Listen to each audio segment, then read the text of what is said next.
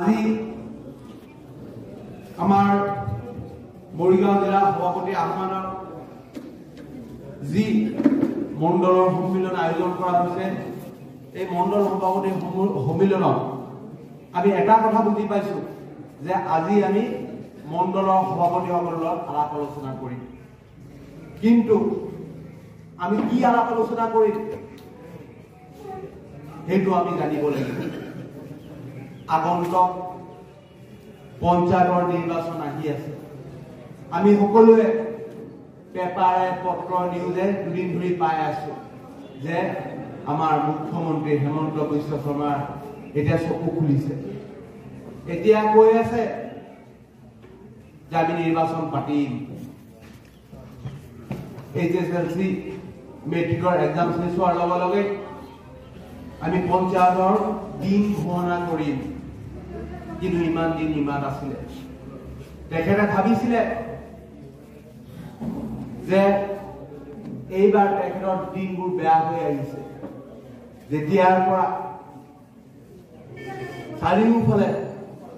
নিবনুৱাৰ সমস্যা মূল্য বৃদ্ধিয়ে আমাৰ প্ৰত্যেকজন মানুহৰ মনত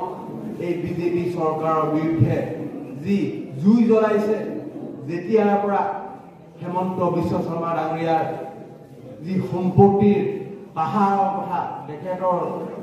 সম্পত্তিৰ পাহাৰৰ কথা যেতিয়া মানুহৰ মুখে মুখে আৰম্ভ হৈছে কোৱা তেতিয়া তেখেতে ভয় খোৱা আৰম্ভ কৰিছে আমি সকলোৱে গম পাওঁ যে উজনি অসমত কি ধৰণে সমষ্টি পুনৰ নিৰ্ধাৰণ কৰি পেলাই ডিলিমিটেশ্যন কৰি পেলাই যিবোৰ ভূমিপুত্ৰ আছিলে আহু মৰাণ মটক প্ৰতিকে ছাৰখাৰ কৰিছে যাতে তেখেতসকলে ভৱিষ্যতে কোনো ইলেকশ্যন খেলিব নোৱাৰে গতিকে আমি বুজিব লাগিব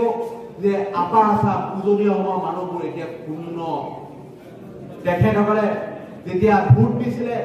যোৱা বিধানসভা নিৰ্বাচনত তেতিয়া তেখেতসকলে ভাবিছিলে সৰ্বানন্দ সোণোৱাল মুখ্যমন্ত্ৰী হ'ব কিন্তু এই হেমন্ত বিশ্ব শৰ্মা ডাঙৰীয়াই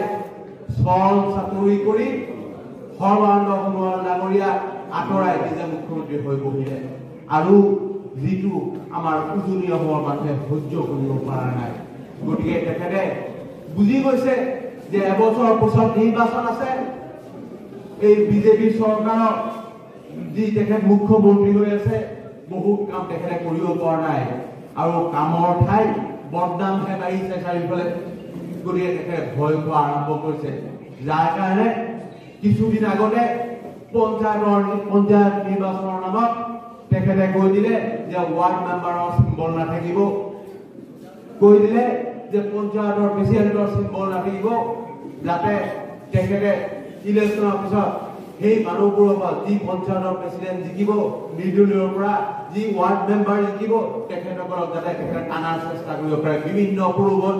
বিভিন্ন চল চাতুৰি কৰি বিভিন্ন ভয় দেখুৱাই যাতে তেখেতসকলক বিজেপিৰ ফালে টানিব পাৰে সেই চিন্তা কৰি পেলাই তেখেতে টিকেটবোৰ এই চিম্বলত যি কংগ্ৰেছ চিম্বল বা বিজেপিৰ চিম্বল এজিপিৰ চিম্বল এই চিম্বলবোৰ নোহোৱা কৰি দিছে কাৰণ তেখেতে